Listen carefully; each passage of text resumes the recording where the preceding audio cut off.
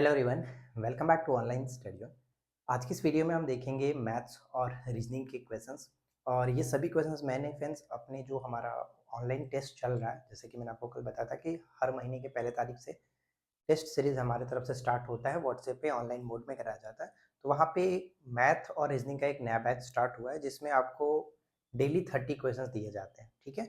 और उसमें जो भी मैथ्स और रीजनिंग के क्वेश्चंस हैं, उसमें जो इम्पोर्टेंट है, जो आपको सॉल्यूशन से नहीं समझ में आएगा उसको समझाना पड़ेगा, तो वो मैं इस वीडियो के थ्रू आपको बताऊंगा, ठीक है। प्रश्न आपके स्क्रीन पे देखिए क्या कह रहा है कि एक समानांतर श्रेणी दिया गया है और इस समानांतर श्रेणी में आपको 18वां पद ज्ञात करना है। तो श्रेणी हमारे पास है √2, comma 3√2, comma 5√2, dot dot dot. हमें बताना है कि इसका 18वां जो पद होगा वो क्या होगा। तो आपको पता है कि 18वां पद या फिर कोई भी पद अगर हमें निकालना होता है तो क्या करते हैं, यानी कि Tn बराबर जो हमारा फॉर्मूला होता है a plus n minus 1 into D. लेकिन डायरेक्ट कह रहा है कि 18वां पद बताना है, यानी कि 18वां अगर पद निकालना है तो T18 बराबर क्या हो जाएगा a प्लस 17d, क्योंकि n माइनस 1 इंटू डी होता है। तो 18 में से यानी n जितना भी होगा उसमें से कम कर लेंगे, ये हमारा यहाँ पे निकालना है। इस फॉर्मूले के थ्रू हम निकाल सकते हैं। अब यहाँ पे ध्यान दीजिएगा कि जो हमारा सीरीज है उसमें ए क्या होता है, डी क्या होता है। ए हमारा हमेशा स्टार्टिंग का पद होगा, यानी पहला जो पद होगा वो हमारा ए बराबर √2 हो जाएगा, ठीक है।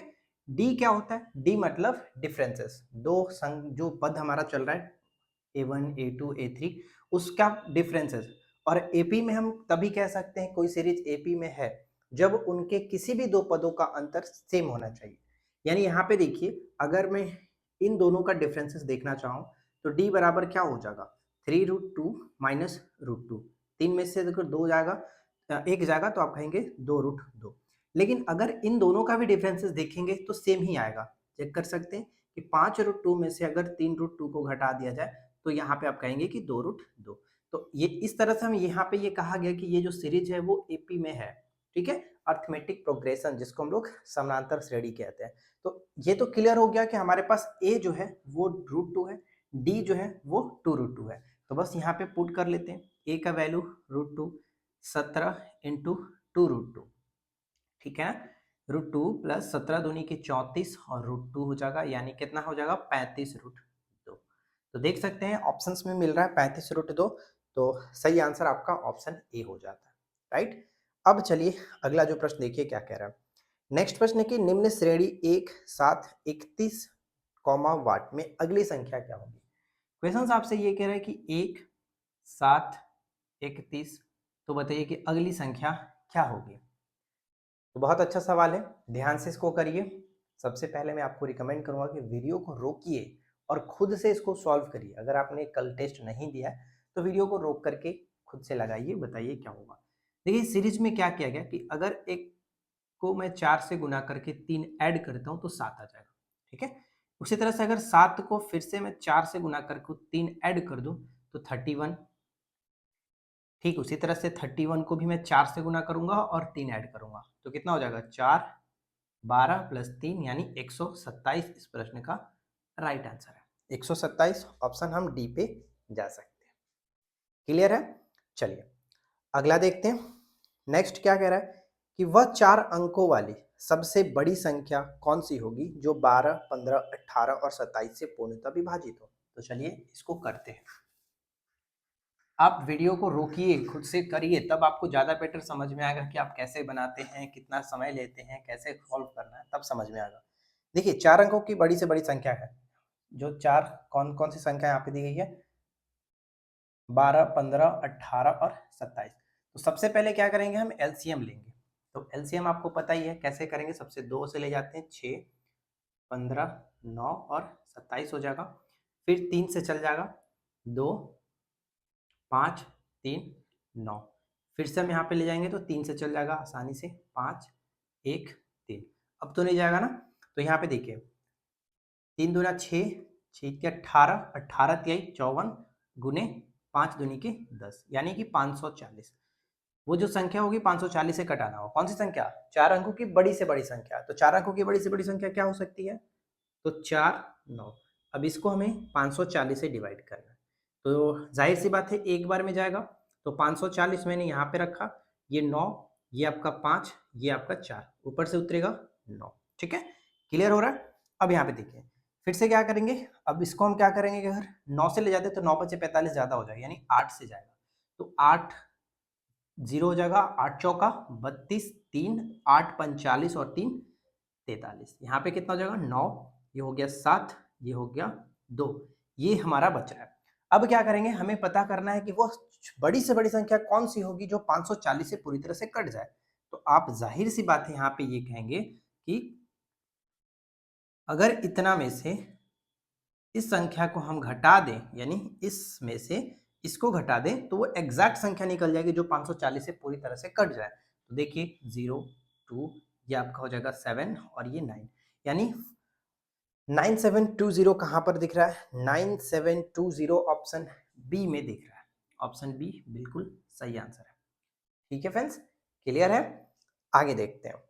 नेक्स्ट करें कि एक व्यक्ति सोनपुर मेले में 2 घोड़े प्रत्येक 14,000 रुपए में बेचता है। एक पर 15% का लाभ होता है, परंतु दूसरे पर 15% की हानि पर बेचता है। तो बताइए कि पूरे व्यापार में उसे कितने परसेंट की हानि हुई। तो इस टाइप का प्रश्न जब भी दो कोई वस्तु को एक साथ बेचा जाता है अलग अलग परसेंटेज पे, यानी सेम परसेंटेज होता है, एक पर हानि होता है एक पर लाभ होता है, तो वहां पे हमेशा हानि परसेंट ही होगा, यानी लॉस परसेंट बराबर आपका होता है M square by 100। M square by 100, तो एम का मान कितना है, यानी एम का मतलब हो गया आपका जो परसेंटेज दिया गया है, तो 15 गुनी 15 बटे 100 करेंगे तो कितना हो जाएगा, आप कहेंगे 225 बटे 100, यानी कि 2.25% हानि। ऑप्शन डी देख सकते हैं।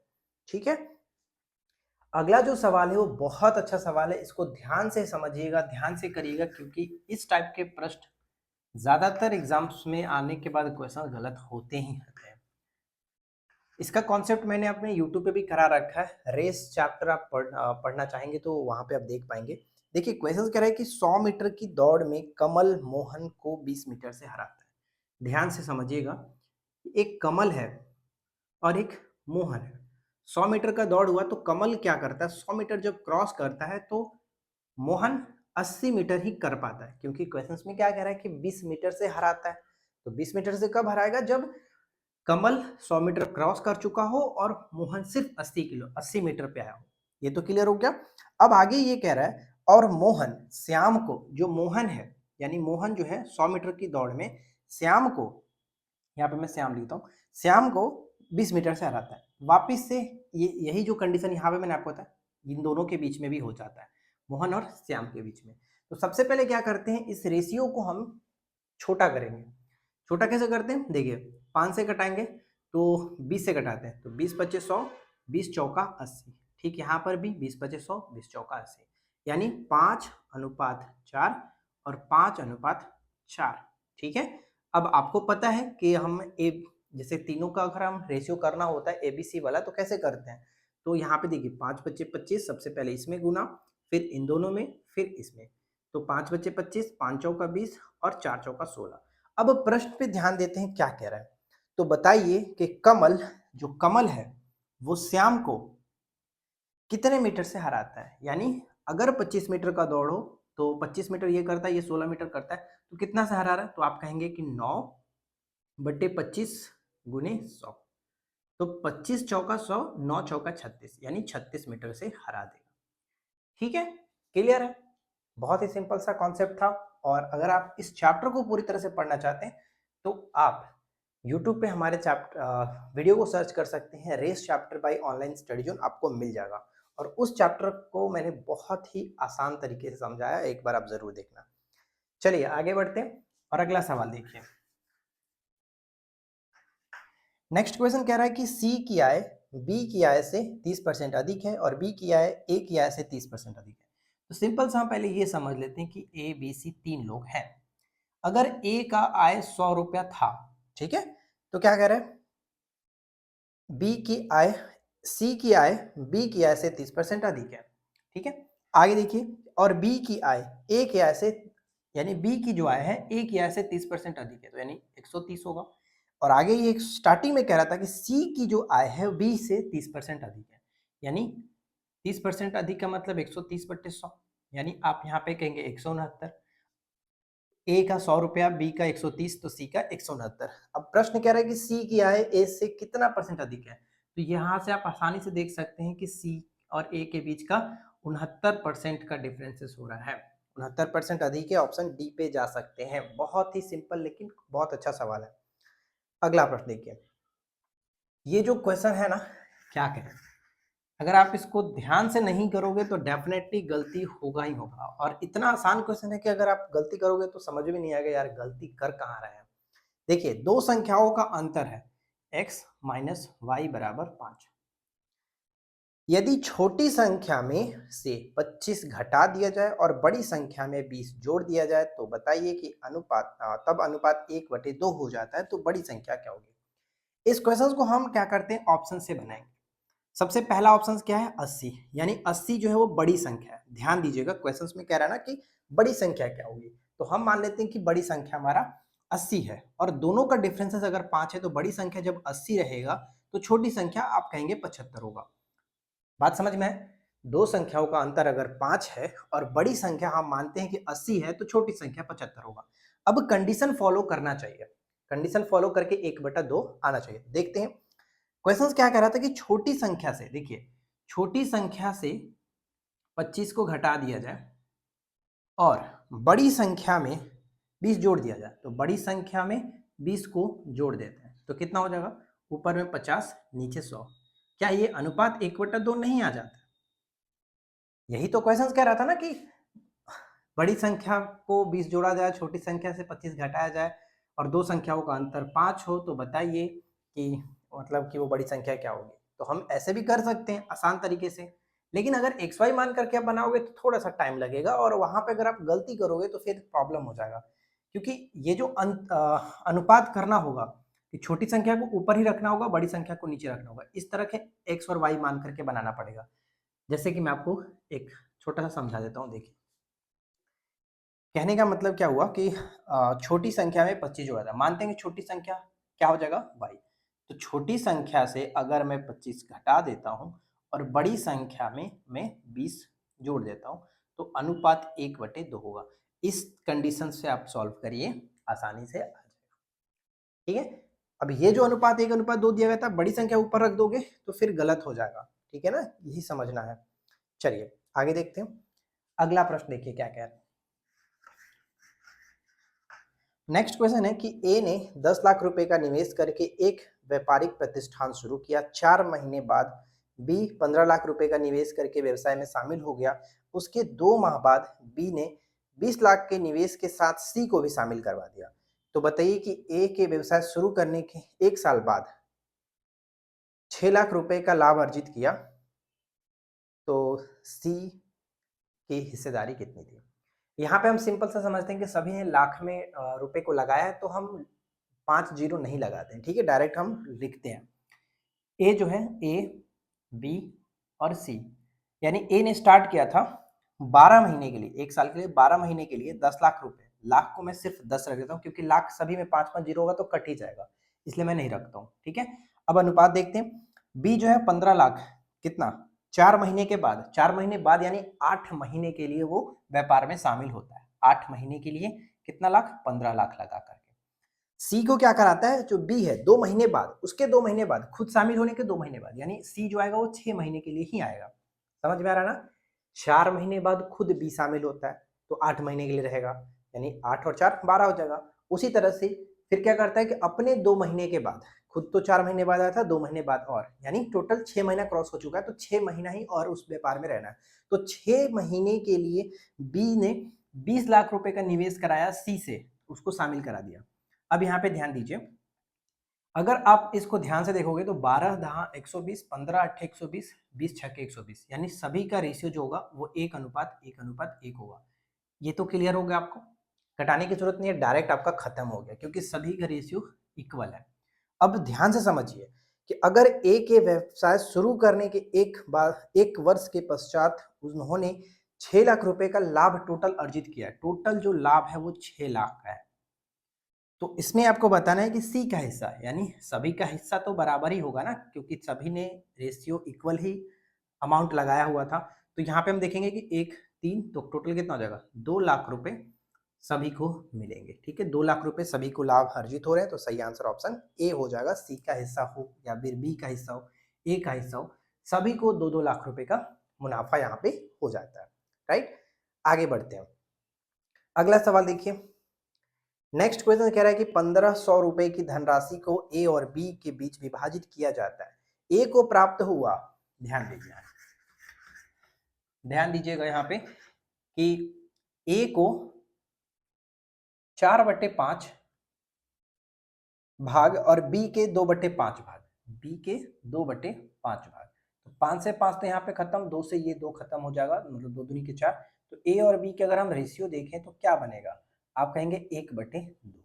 अब ध्यान से देखिए, बी के द्वारा प्राप्त धनराशि कितनी है, यानी दोनों को मिलाया जाए तो 3 बराबर 1500 रुपए था, 3 बराबर 1500 रुपए था, लेकिन बी का पूछा है तो 2 का हिस्सा कितना हो जाएगा, 1500/3 गुने 2, तो 5 तिहाई 15, 5 दूनी की 10, यानी यहाँ पे आप कह सकते हो कि जो बी का हिस्सा है वो 1000 है, जबकि ए का हिस्सा 500 रुपया। इस तरह से उनके बीच विभाजित होता है। नेक्स्ट अगला सवाल देखिए क्या कह रहा है। नेक्स्ट प्रश्न कह रहा है कि 3 वर्ष पहले पति पत्नी और बच्चे की औसत आयु 26 वर्ष थी, यानी फादर मदर और जो सन था उसका, तीनों की औसत आयु कितनी थी, तीनों की औसत आयु 26 वर्ष, लेकिन 3 वर्ष पहले का बात कर रहा है, तो 26 दिया कितना हो जाएगा 78, लेकिन 3 वर्ष पहले तो वर्तमान में 3-3 वर्ष सभी में जुड़ेगा, तो 3-3 6 और 3 9, तो 9 8 17 टोटल 87 वर्ष प्रेजेंट में हो जाता है। ठीक है, प्रेजेंट में। आगे क्या कह रहा है कि और 5 वर्ष पहले, ध्यान दीजिएगा, 5 वर्ष पहले पत्नी और बच्चे, 5 वर्ष पहले मदर और बच्चा जो है सन, 5 वर्ष पहले इनकी जो औसत आयु थी 20 वर्ष थी, यानी 20 गुने 2 औसत था, तो हमने टोटल निकाला 40, लेकिन 5 वर्ष पहले था इसलिए इसमें 5-5 दोनों का ऐड हो जाएगा, 5 वर्ष इसमें वर्तमान में आने में, 5 वर्ष इसमें, टोटल 10, तो 40 और 10 50। अब प्रश्न ये पूछा जा रहा है कि बताइए कि जो पिता है फादर है उसकी आयु कितनी होगी, तो 87 में से आप 50 घटा लो, तीनों में से अगर दोनों को घटा लेंगे तो ये तो निकल ही जाएगा, तो 87 में से अगर हम यहाँ पे घटाते हैं तो 37 हमारा सही आंसर निकल के आ जाएगा, जो कि ऑप्शन सी देख सकते हैं। ठीक है, तो यहाँ पर आज के जो हमारे तरफ से टेस्ट लिया गया था उसमें ये सब क्वेश्चंस बहुत ज़्यादा महत्वपूर्ण थे, जो कि आपको समझने चाहिए थे, मैंने आपको समझाया। बाकी आप सॉल्यूशन से देख करके सभी क्वेश्चन को आराम से समझ पाएंगे, कोई प्रॉब्लम नहीं होगा। उसमें एक क्वेश्चन था जो कि थोड़ा सा उसका आंसर गलत दे दिया गया था, 315 वहाँ पे आंसर होगा, उसको आप सुधार कर लेना, क्वेश्चन नंबर 28। ठीक है, जो टेबल कुर्सी वाला था उसका 315 आएगा, बहुत सिंपल सा क्वेश्चन था, लेकिन उसमें थोड़ा सा आंसर टाइप मिसप्रिंट हो गया था टेस्ट को क्रिएट करने में, तो बड़ी कोई इशू नहीं है, आसानी से आप निकाल सकते थे।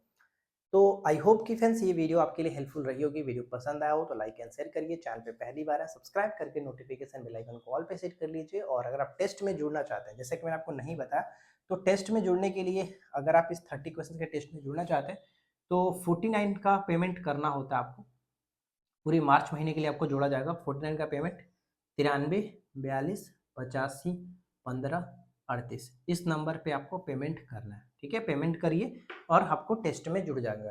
पेमेंट करके स्क्रीनशॉट भी इसी नंबर पे व्हाट्सएप कर दीजिएगा, आपको ग्रुप में ऐड कर दिया जाएगा, पीडीएफ सॉल्यूशन सब कुछ आपको यहाँ पे मिल जाएगा। वीडियो मैं यहाँ पे दे दूंगा ताकि आप क्वेश्चन समझ करके आसानी से कर पाओ। ठीक है फ्रेंड्स, तो मिलते हैं नेक्स्ट वीडियो में। Thanks for watching.